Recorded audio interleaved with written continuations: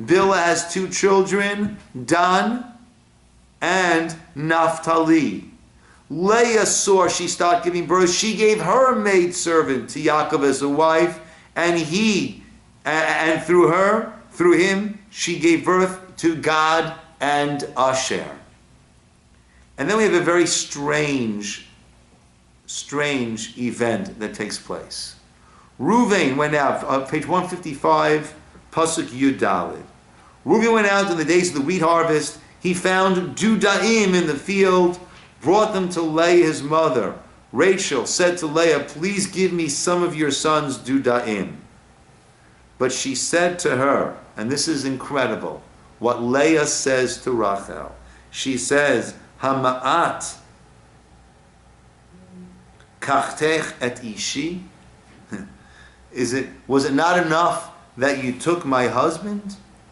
Velakachat gam et duda'ei bini. You also want to take away the dudaim of my son? What is Leah saying over here? It's not enough you took my husband. I took your husband? He was courting me. He worked 7 years for me. In order to save you that humiliation, I gave you the signs. How does Leah have the audacity to say to Rachel, Hama'at, is it so little, is it insignificant that you took my husband? Now you also want to take the dudaim? Seems ridiculous, seems crazy.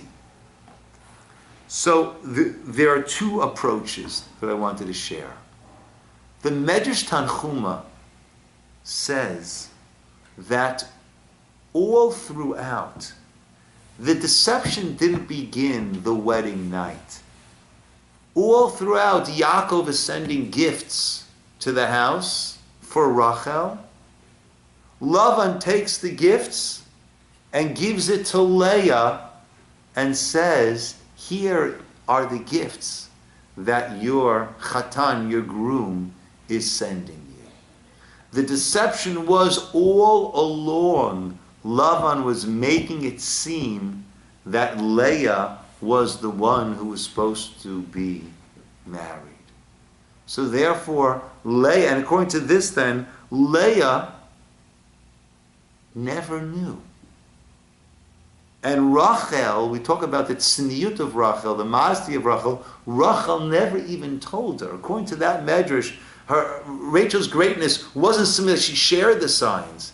That she shared the signs and never led on to the fact that Yaakov had been courting her all along and not Leah. So from Leah's perspective, I have my husband, 7 days later, you move in? That's one way of understanding Leah's reaction. Rabbi David Foreman gives a very, very interesting insight and possibility. Let's say Leah knew. Leah knew that Yaakov had been courting Rachel, and Yaakov wanted to marry Rachel, and now her father's bringing her. And Rachel comes and saves the day and gives over the signs, gives over the code, whatever it is. And now she marries Leah. And now Yaakov marries Leah. Right? Have you ever had a situation that someone's done something for you, right? And they never let go of that? Someone buys you, a nice gift, and every time you see them enjoying that stereo, right? How's it go? How's it playing, right? How's it going, right? Every time, and at a certain point you say, take it back. When you give something, you give it. Finished. It's now that person's. Right? You want to get hana, you want to get pleasure that they're enjoying it, fine. But let go. It's theirs now. Let it be theirs. Perhaps Leah turns to Rachel and says, thank you.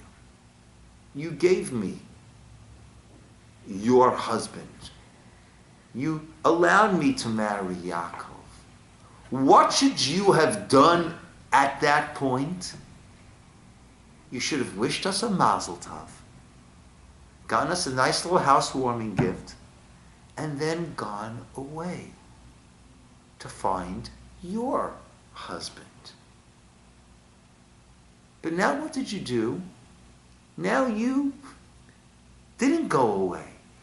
You married my husband. Not only that, he's head over heels over you, and I'm second fiddle over here.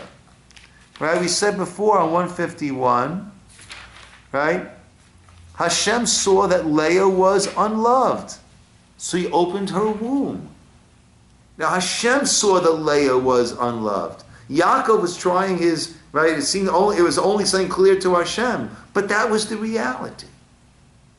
So thank you very much. You gave me Yaakov as a husband. But then you should have moved on. Not moved in. Wasn't it up to the men? It was what happened to the women? To a degree, right? You know, a person cannot marry a woman unless she agrees to. Right? Ad sheyoma rotza ani. Right? You cannot marry a woman unless she agrees to it. At that point, you should have said, I gave you Yaakov. You should have left. You didn't leave.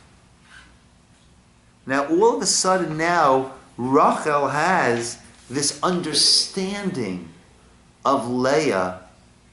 You know, sometimes we have these situations, we've done something for someone, and we think we view it a certain way, and then all of a sudden it's like this burst of lightning where we see how they're looking at it.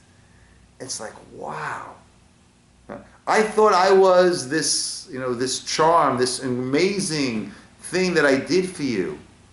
But I see now how it affected you. And there's a completely different perspective. So yes, I gave you but then I came along with it. And I've taken away any of that closeness that you would have hoped to have felt. Vatomer Rachel, the top of 156, Rachel said, Lachain, therefore. It's this burst of lightning. Now I understand how you're feeling. You're not feeling, I'm thinking you're always thinking, wow, thank you, Rachel, for what you did for me.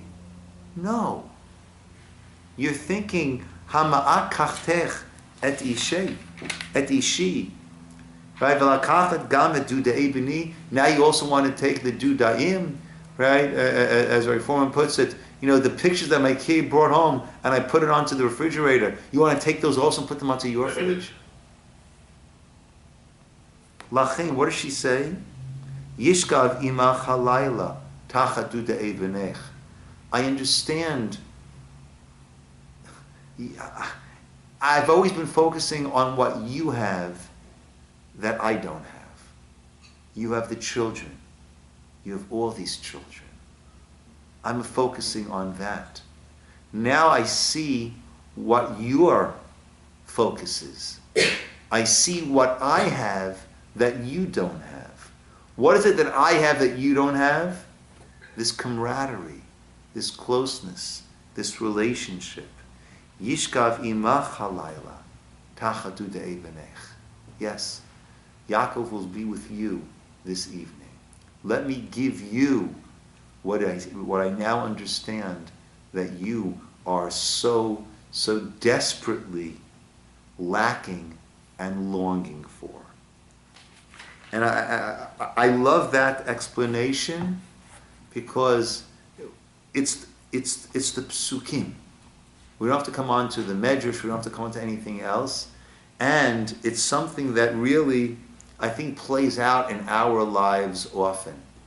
We have our perspective, we are locked into our perspective, and our perspective becomes the reality. But in fact, other people have their perspective and have a completely different reality, a completely different view of that which is going on. And it's so important for us to be able to try to take off our own glasses, our own goggles, which has those blinders, and to be able to see things from the other perspective, and then to act on that. That's how you see it. That's what you're lacking. Let me see what I can do to help you. Okay, my friends, we'll call it over here. Next Tuesday, actually,